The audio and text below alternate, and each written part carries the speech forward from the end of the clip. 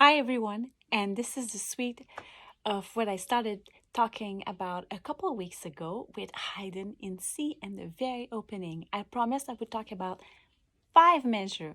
I made it to 3 and I had to go. So let's talk about those 2 last measures that are equally important. 3 last measure. Okay, so we just ended the previous video question mark, right? So you got that. Now we're going and we're re-emphasizing what we already have said with chords. So it's important again, the whole notion of placing the bow on the string before we play is super important. So we don't hear, I'm gonna try to do my best to play really poorly, but I'm sure you guys don't play like this. So it's important to not do, right? So as you can see now, I have a better angle with my camera, and you see me, I'm really dropping my bow from the air. So when it's about that much from the air. So we don't want that. This is a not to. We don't want to play like that. So really, and you may also want to even shorten. You even want to shorter the lower note, because in fact it will ring by itself. So there's not the need to play super legato there. So let's keep going. So now we are at measure 25, or measure 4 of our very super important opening. So there we go again. We have our same pattern, but now we're adding more notes to it and precision, and adding a little bit of a twist to it to what we already have heard 3 measures ago. So now we had that at the beginning. Now we're adding a little bit of rhythmical ability, some new details. So we're not exactly repeating the same, but the technique remained the same. So we'll start from the string, and then I'm gonna stop about 3/4 the bow, right? So I'm here, and I'm always, and now we know about our pronation and our finger. So I'm here, and I stay there.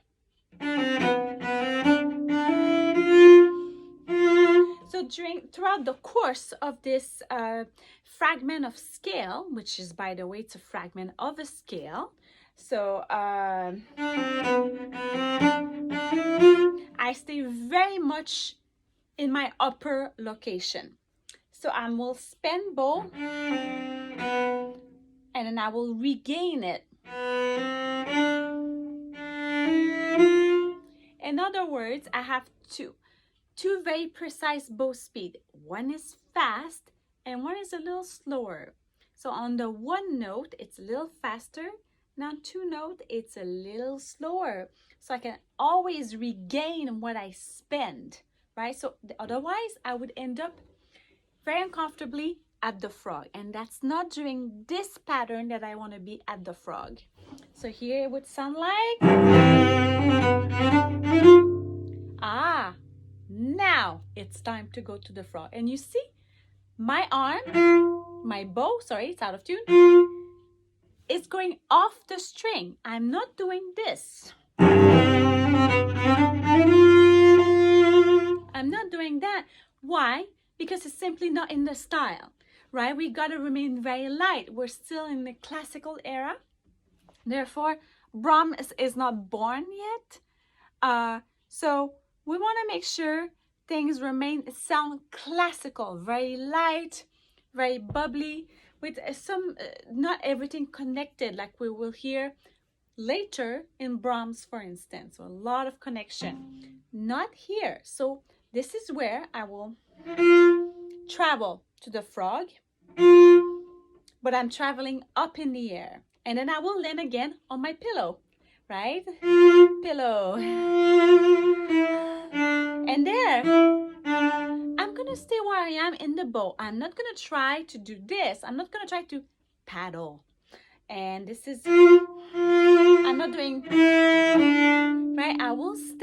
where I will renegotiate where I am, and it's gonna be somewhat just past the middle, so still in the upper part of the bow. So we're still with the same idea of we're playing like first violin in the orchestra, and they can play so well, they're so strong with the upper part of their bow. So we gotta have that spirit and that ability. Stay there.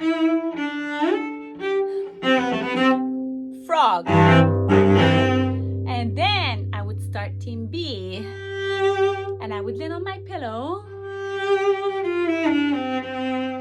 But that, it's for another story. It's another video right there. There's again so much to learn. So in other words, if you want to do well this opening and open your horizons, you really must think about how you play your bow. It's not just one speed fits all. So that's the basically it's the world of the word of wisdom for this opening. You really have to not be afraid to play toward the tip, and you got to try it. And I promise you, if you have the good technique, or if you think about pronating your hand a little bit like this, and I'll show you even a little closer.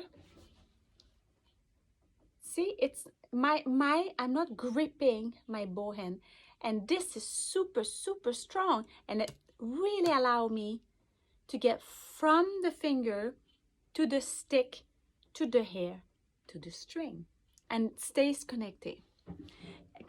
Sorry, I said it in French. So if you really think about this and allow yourself to develop the technique to playing higher in the bow, equally musically, like you would do lower in the bow, it will work, and it will open a whole new horizon of beauty in your playing. Until next time, ciao everyone.